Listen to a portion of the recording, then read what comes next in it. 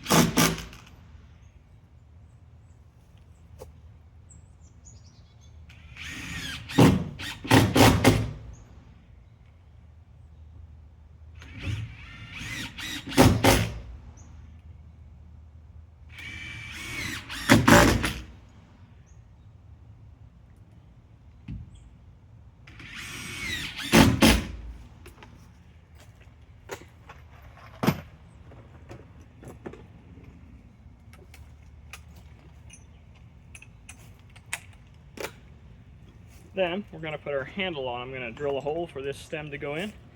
This D handle slides on the end of it, and that's what will hold it shut when we turn it up and down. So let's get that done.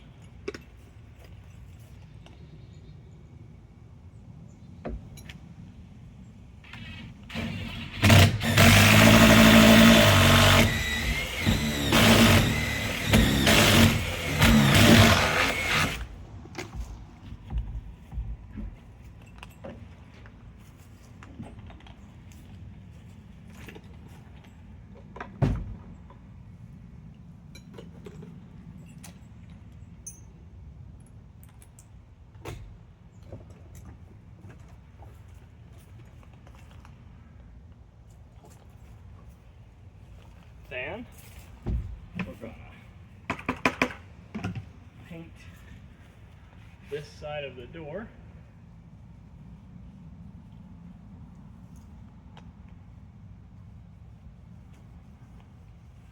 That's the side that's going to be open, and make sure we get it nice heavy coat of paint. And then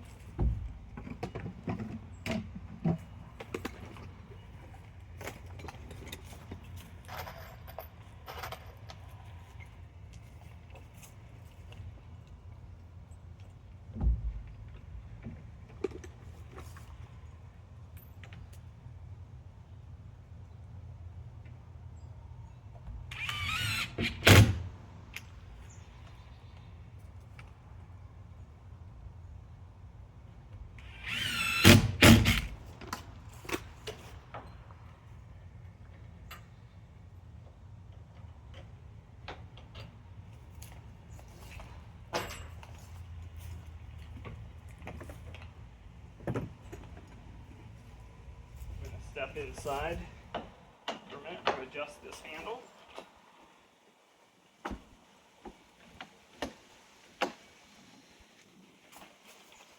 want that just tight enough to keep the door snug.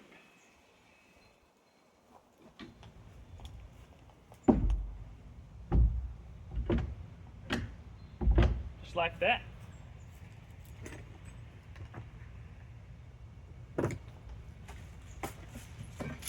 Next, we're going to put on our screen door braces. And this is not necessarily to keep the door from sagging. What ends up happening sometimes, not all the time, but sometimes what'll happen is the wood will, like especially if this building settles a little bit, like a lot of buildings will settle, even your house will. And so what can happen is the outside of this door can bow out, or it can like try to bow in, which pushes out the top out, or vice versa. And so we'll put these on there so that to help keep that from happening.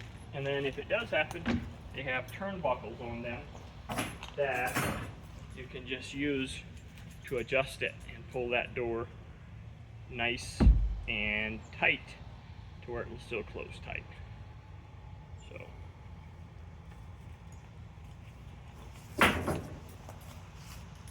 make sure we got plenty of turn on the turnbuckles so we can actually adjust them.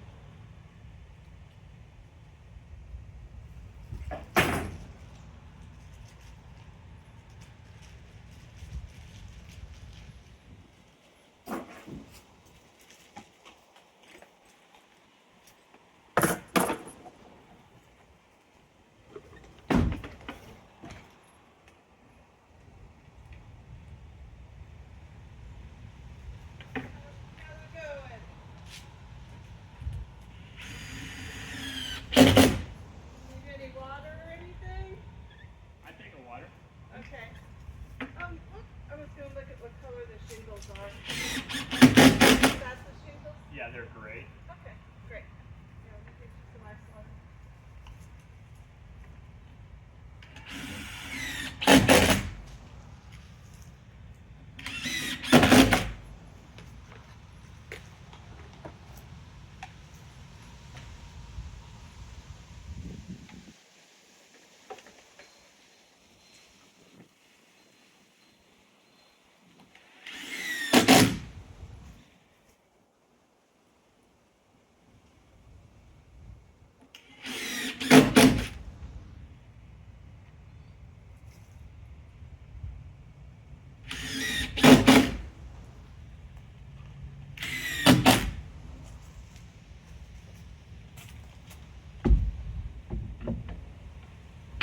Looks nice and tight.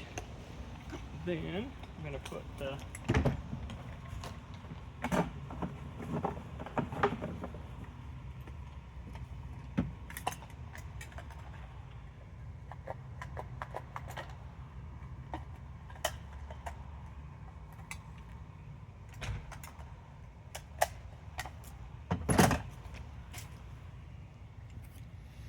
so this is going to be our serial plate that goes right above the door. It's got our number. It's got a serial number for the shed as well, so we can, if there's ever any issues or you have any questions with it, you can reference that and we can look up on our records and see what kind of shed we sold or is attached to that serial number.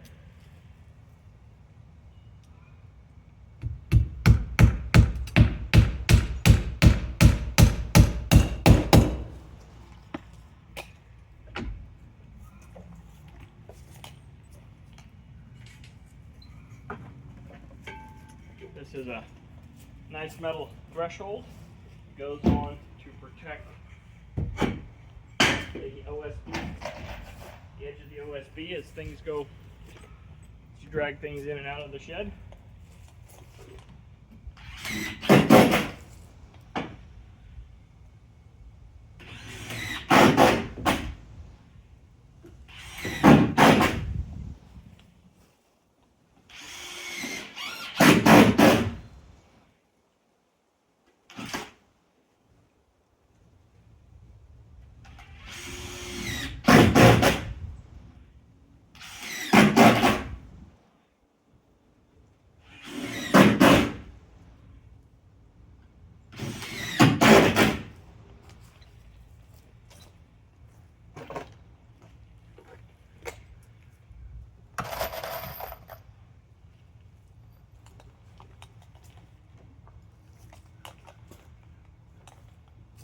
Now that this paint is dried, I'm going to go ahead and this third hinge on there.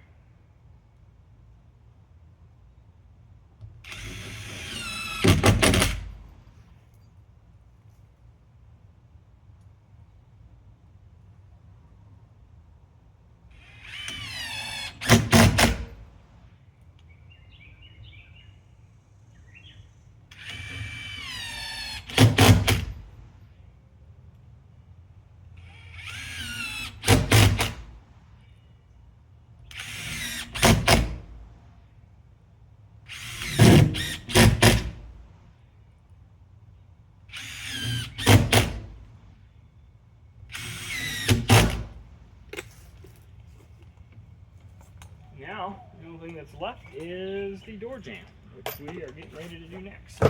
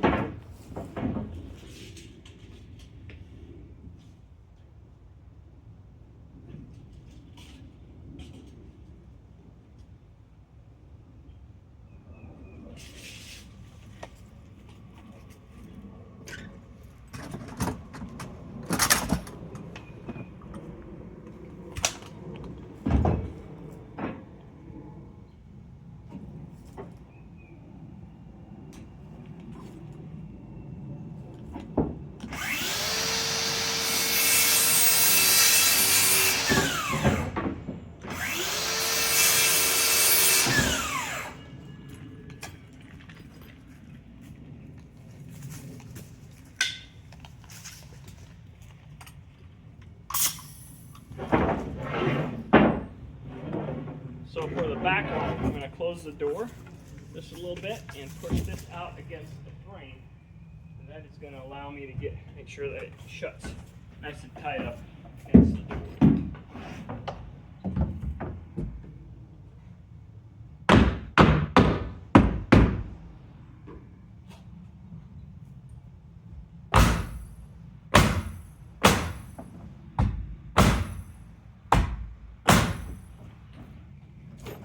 Then on the front one, because this is a single door, we're going to measure how much we have here so we can get it exactly nice and tight on the front.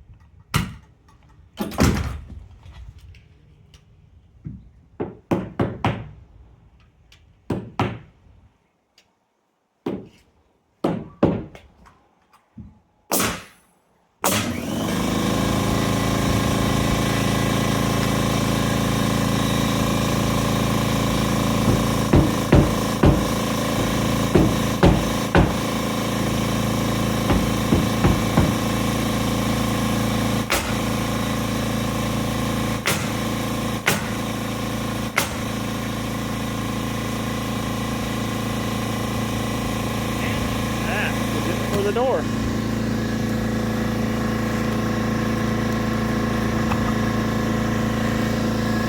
So I'll show you this door jamb when it run all the way around